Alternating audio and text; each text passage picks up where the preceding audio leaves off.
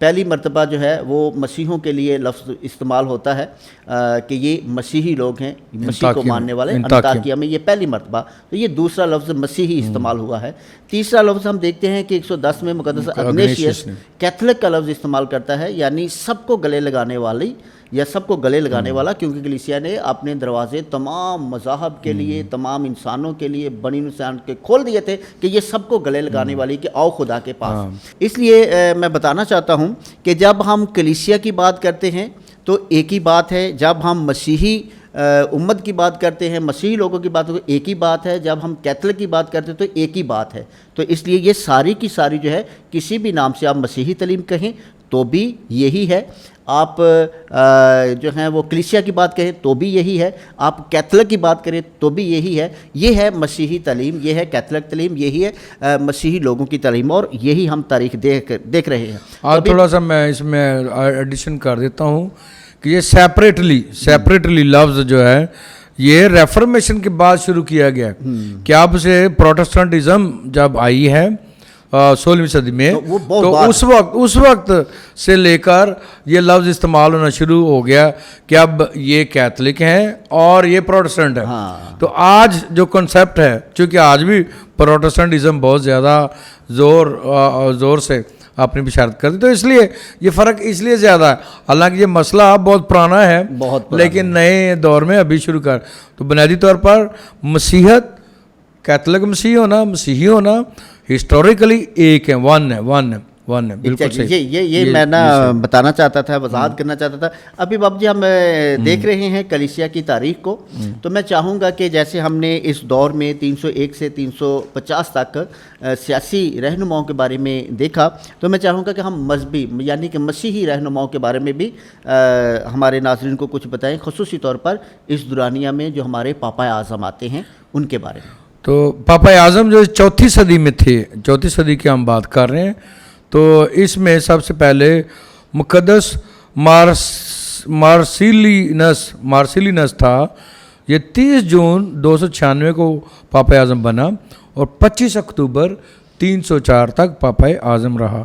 اور پھر اس کے بعد مارسیلس، یہ دونوں نام ایک جیسے ہیں، مارسیلینس اور مارسیلس دونوں ایک جیسے نام ہیں، تو اکٹھے پوپ بنے.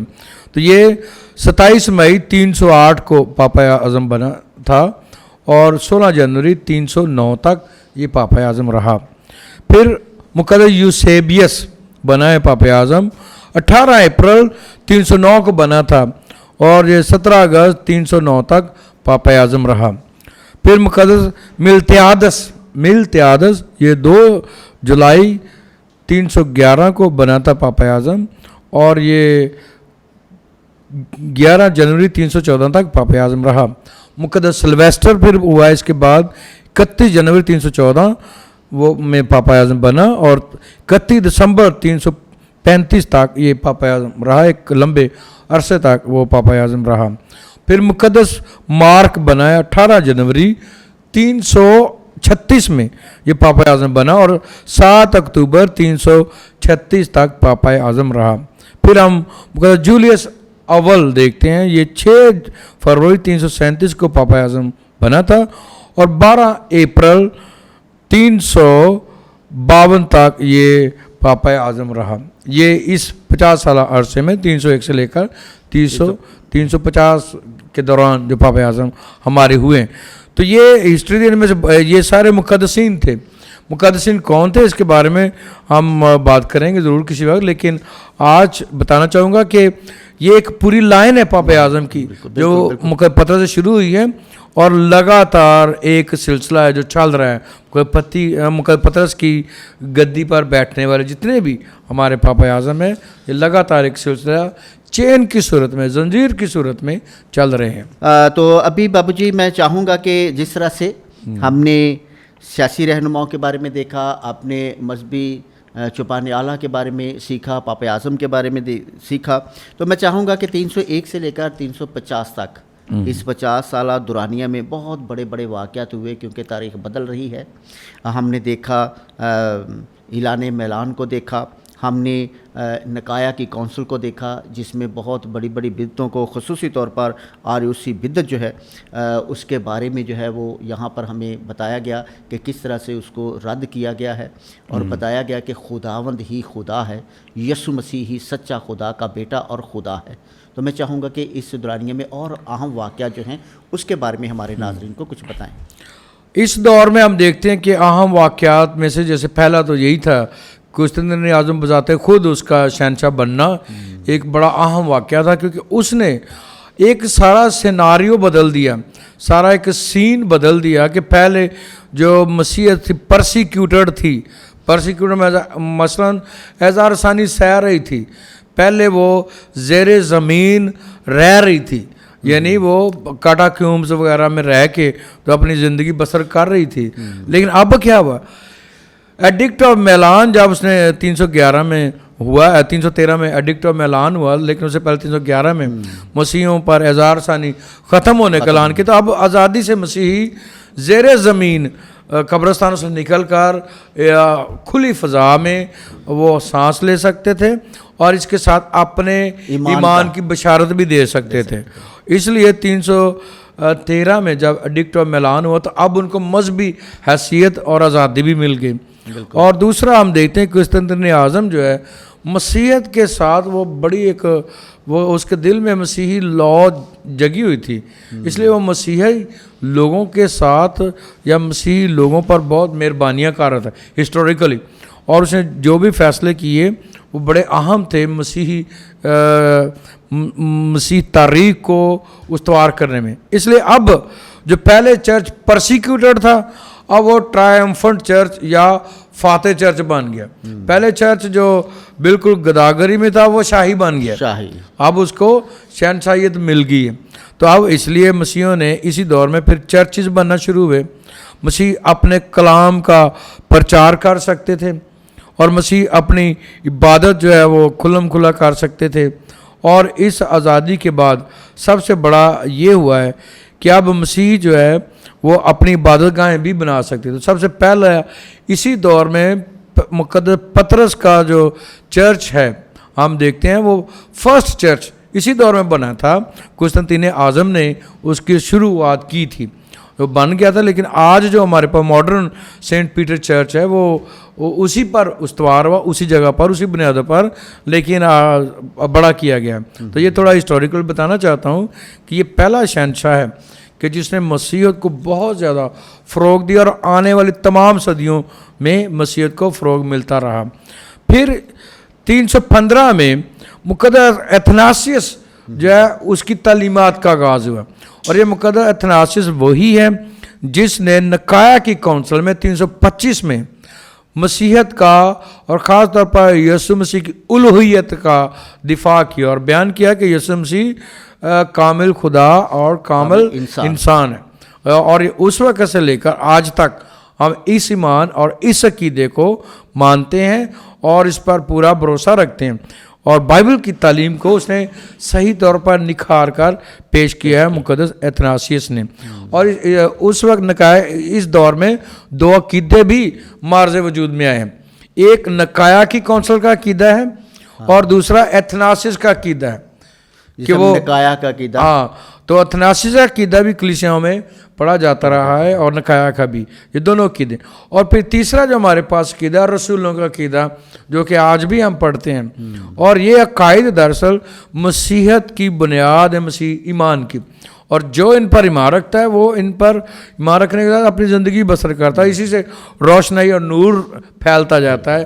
بس اب کیا ہوا کہ مسیحیت بہت عام ہو گئی، بہت زیادہ پھیلی۔ پھر 315 میں ایک اور اعلان ہوا ہے، اور وہ اعلان کیا تھا کہ ساری رومی سلطنت میں صلیب دیے جانے کی سزا کو ممنوع قرار دے دیا گیا، کہ انہوں نے کہا اب سے کسی بھی شخص کو صلیب کی سزا نہیں دی جائے گی۔ پھر 318 میں آریوسی بدعت یا ایریس جو تھا اس نے آریوسی بدعت کا آغاز کیا تھا۔ اس بارے میں بھی ہم بدعتوں کے بارے میں ایک رکھیں گے سیشن جس میں ہم ساری بدعتوں کا ذکر کریں۔ کیا بدعت تھی؟ اور اس کا جواب کیا دیا گیا, کس نے پیش کی, کب پیش کی گئی, اور کس کونسل میں کیا کیا جواب دیا. جو نکاح کی کونسل بنیادی طور پر روسی بدعت کے خلاف دفاع تھی. پھر ہم دیکھتے ہیں کہ 320 میں پوکومیس ایک راہب تھا, اس نے ایک راہب خانے کا آغاز کیا. تو راہبانہ ہم نے پچھلی بات کی تھی, مگر انتنی یہ بات ہے کہ وہ راہب بن گیا تھا, پہلا راہب ہرمٹ تھا. اب اس کے دور میں راہب خانوں کا بھی آغاز ہو گیا کہ جہاں پر جو جتنے مذہبی جماعتیں جو جتنی بھی آج کل ہیں یہ انہی کے پیٹرن پر بنی ہیں.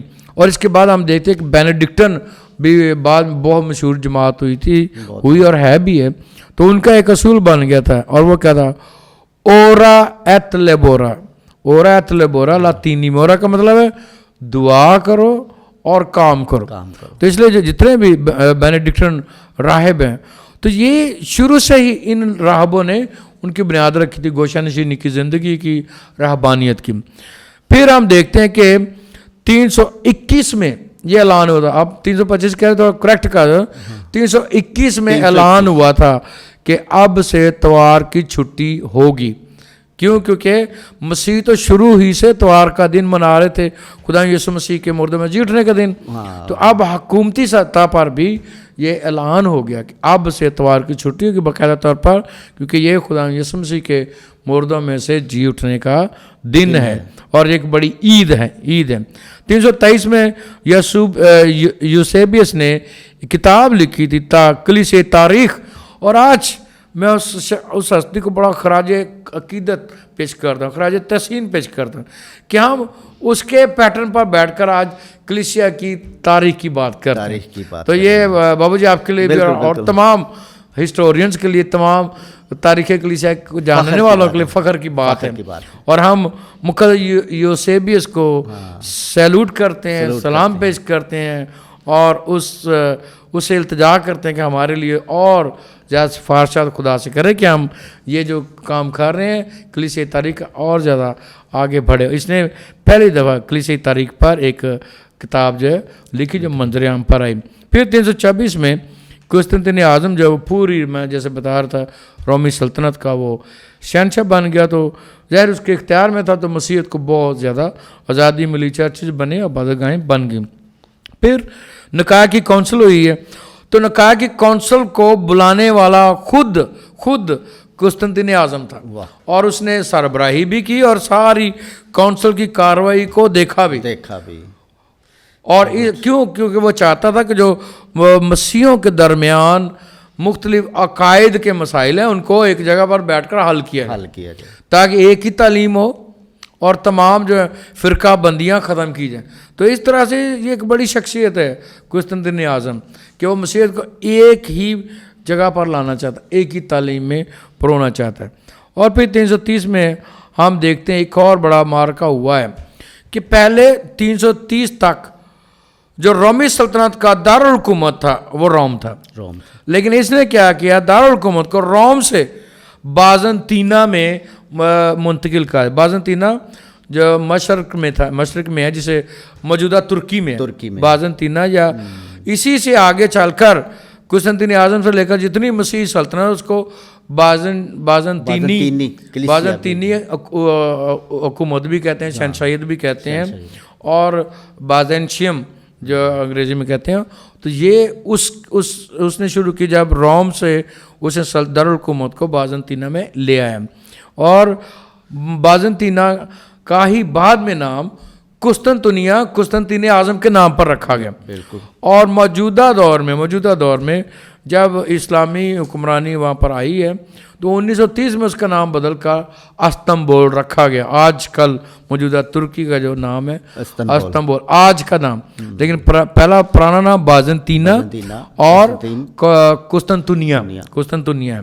تو یہ بڑے اہم واقعات ہوئے ہیں اس دور میں, اور میں امید کرتا ہوں آپ ضرور جان کر اس سے ضرور آپ کو فائدہ ہوا ہوگا اور آپ نے جانا ہوگا. لیکن ایک اور چیز میں بتانا چاہوں گا, اور وہ یہ ہے اس دور کے آبائے کلیسیا پر بھی ہم بات کریں گے, تھیالوجنز پر بھی بات کریں گے. شکریہ بابو جی اس سیر حاصل گفتگو کے لیے, ہم آپ کے شکر گزار ہیں. ناظرین,